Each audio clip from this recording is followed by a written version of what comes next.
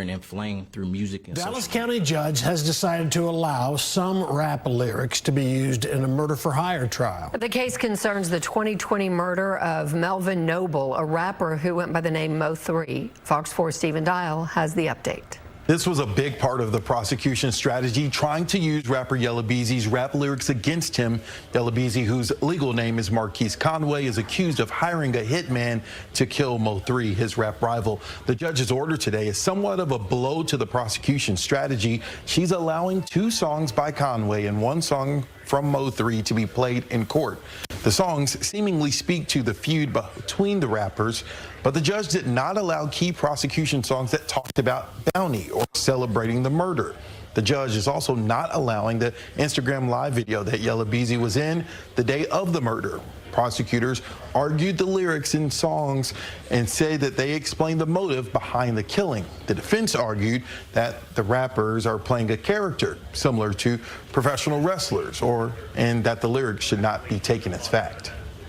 But the songs that the state has selected do not contain all that. In fact, they are braggadocious about criminal activity, but the criminal activity mentioned is directly on point to the charged offense. They talk directly about placing bounties for reprisal. They talk about the murder, and they talk about the feud. Rappers make songs about putting hits on each other.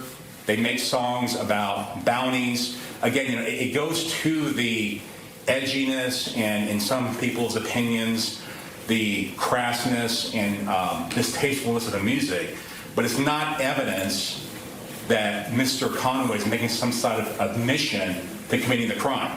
We also got the prosecution's witness list. On the list is Dallas rapper Trap Boy Freddy, who has songs with Yella Beezy. He has not been charged in this case. One of the songs that the judge is allowing the prosecution to use, they cannot play the part where Trap Boy Freddy is speaking. Yo, it's Big Ant, the spokesman, man. We back. Another edition of Urban Politicians TV. UPTV. Make sure you stay on your pivot at all times, man. Had to come tap in, and I haven't spoke on the Mo3 and Yella Beezy situation in this case that has came about in a while now, and with it coming back into the heads with the pre-trial starting and then the official trial starting next month. I do want to first and foremost send condolences to Mo3's entire family again, and everybody affected by loved ones, close friends, anybody still dealing with that loss right there. And then with this storyline right here, it's a lot of allegations, accusations, storylines of what supposedly went down behind the scenes, a gang of conspiracy theories as well. And I don't know what's what, but anybody on either side, any connection that was affected in this right here, most definitely prayers up, condolences.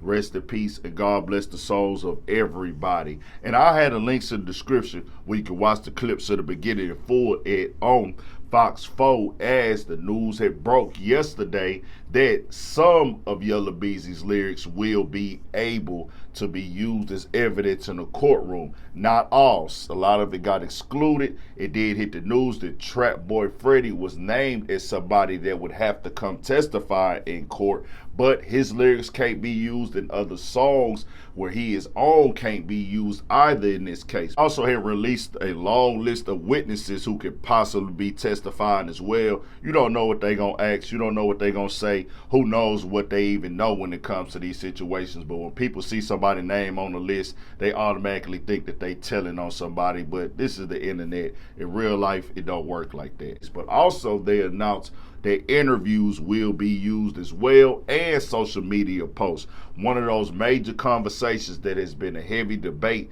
in the rap game as of late throughout these past years. Should rap lyrics be allowed as something that is legitimate inside the courtroom? Rappers are entertainers, or they're there to sell records, but they are saying in certain situations the incidents they rap about, speak about, are connected to the crime as well. Now everybody's innocent until proven guilty in this case right here. We saw when the news broke when they officially came down with these charges, and the write-up says this when the judge made the decision. A Dallas judge has significantly narrowed the evidence prosecutors will be allowed to present when Dallas rapper Marquise Conway, better known as Yella Beezy, stands trial on a capital murder murder charge. In a series of pre-trial rulings, the judge excluded several rap songs and social media posts that prosecutors had sought out to introduce as evidence.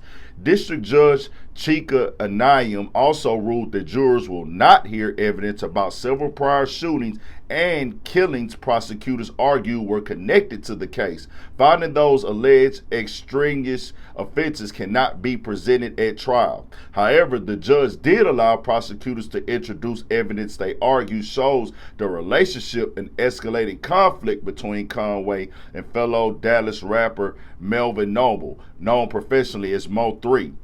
Amongst the evidence the judge ruled admissible is evidence related to the 2017 assault involving Roy Lee Pate, whom prosecutors described as an associate of Mo3, the 2018 shooting of Pate, and the 2018 shooting in Louisville in which Conway was wounded.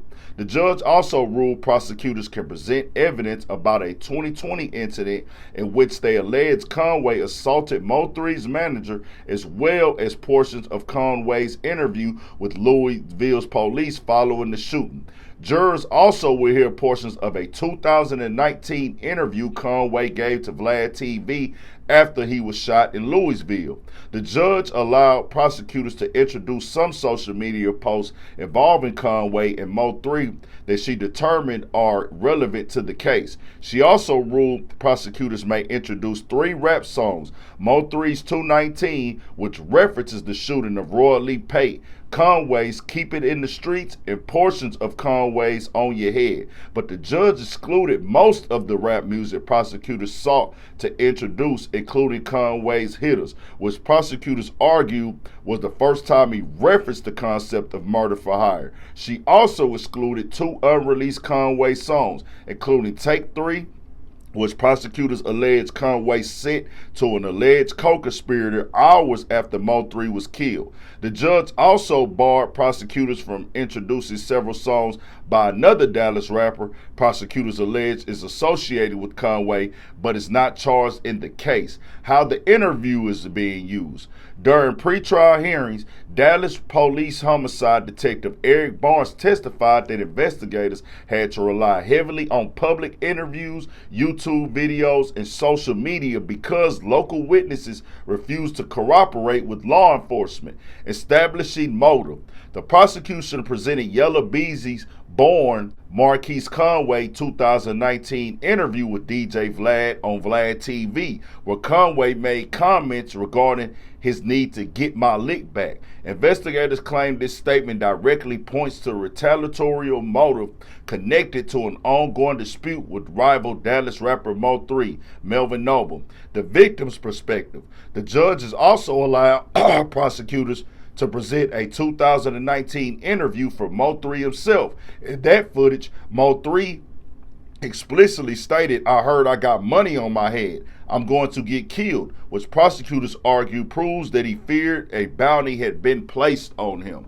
Now, with the lyrics, and they gonna try to say, well, this is providing evidence that there's an issue here. Same thing goes for those interviews right there. They're just basically saying we're trying to establish motive and a reason, and that there's something here where there is a rival going on. Now, I just went and looked at the Vlad interviews, the 2 clips and everything, and it's after Yella Beezy had got shot, and he asked him, you know, what would you do if you seen the guy that shot you and stuff and you found out who shot you? Because he's like, I don't know who did what. And he said, hey, man, once you shoot me, I ain't shaking your hand or nothing like that. He asked him, would he shake his hand, reference Trade E, and Yella Beezy like, nah, I couldn't shake nobody's hand that shot me, bro. I'm gonna feel the need to get my lick back. And he said, that's just me. I couldn't shake nobody's hand. And Mo3, Vlad asked Mo3 about, yeah, man, you said before you got some money on your head. And Mo3 laughed like, dang, boy, you be watching everything on the internet, huh? That's what you do, huh? You really grew up as an internet dude. He like laughing and joking with Vlad. And then it was crazy because a couple of years ago, I was like upset when I seen the way Vlad had referenced like a flashback and put the prices on my head in the title on the anniversary of Mo3 death. And Mo3 had got shot in his head. And I'm like, bro, what do we got going on now, bro? Anybody interview can be used in a trial, in the case, but with the type of questions that Vlad asked, This is the type of things that happen. And they can use anybody interview. They can use anybody YouTube video. But it's just when you're regularly doing investigative type questions, it's going to make other people come to the question like, bro, you really be asking boys to get like into trouble and some things that can get them damaged and hurt or locked up, just keeping it all the way 100. And then what do you know? Another case with his name popping up. It just, hey, we'll see what happens with it. Keep y'all updated on it. 1000 for Shit Show. Stay on your pivot. Stay out the way. Stay blessed. We always know innocent until proven guilty with these cases.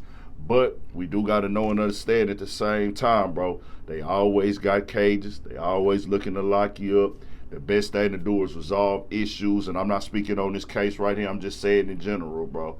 Ain't no reason to throw your freedom or your life on the line. You got people that love you, care about you out here, and most definitely want to see you alive and free and doing well. Tell me what y'all think. More coming, more videos, all that. 1000 for Shit Show. Stay on your pivot.